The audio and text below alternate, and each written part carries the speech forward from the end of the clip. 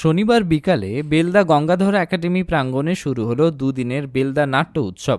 সুকৃত নাট্যধারা আয়োজিত প্রথম বর্ষের নাট্য উৎসবের উদ্বোধন করেন বিধায়ক সূর্যকান্ত অট্ট।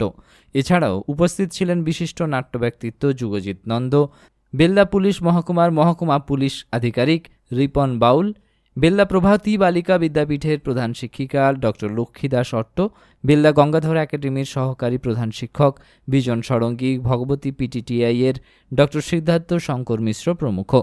দুদিনে রাজ্যে মোট ৬টি নাটক দল তাদের নাটক পরিবেশন করবেন এই অনুষ্ঠানে। সুকৃত নাট্যধারার অন্যতম কর্ণধার মৃত্যুঞ্জয় ষড়ঙ্গী জানান, এবার প্রথম বর্ষের উদ্যোগ, আগামী দিনে এই উৎসবকে চালিয়ে রাখাই তাদের উদ্দেশ্য। বহু নাট্যপ্রিয় মানুষ এদিনের পরিবেশিত ৩টি নাটক দেখতে ভিড় করেছিলেন। নাটকের নানা বিষয় আছে, তো আমরা জানি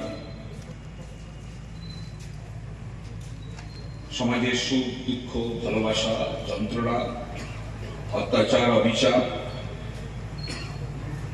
সবটাই তুলে ধরা যায় এই নাটকের মঞ্চ থেকে। আমরা বাড়িতে রামায়ণ, মহাভারত, গীতা,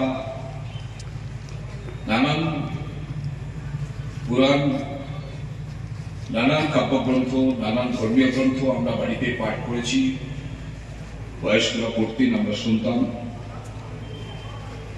দৃশ্যত প্রকৃতভাবে দেখা, যার কাছ থেকে উপলব্ধি স্যার ছিলেন। একটি যাত্রা উৎসবে আমি বলছিলাম, আমরা সবাই জানি নটি বিনোদিনীর সেই যাত্রাপালা যদি আমরা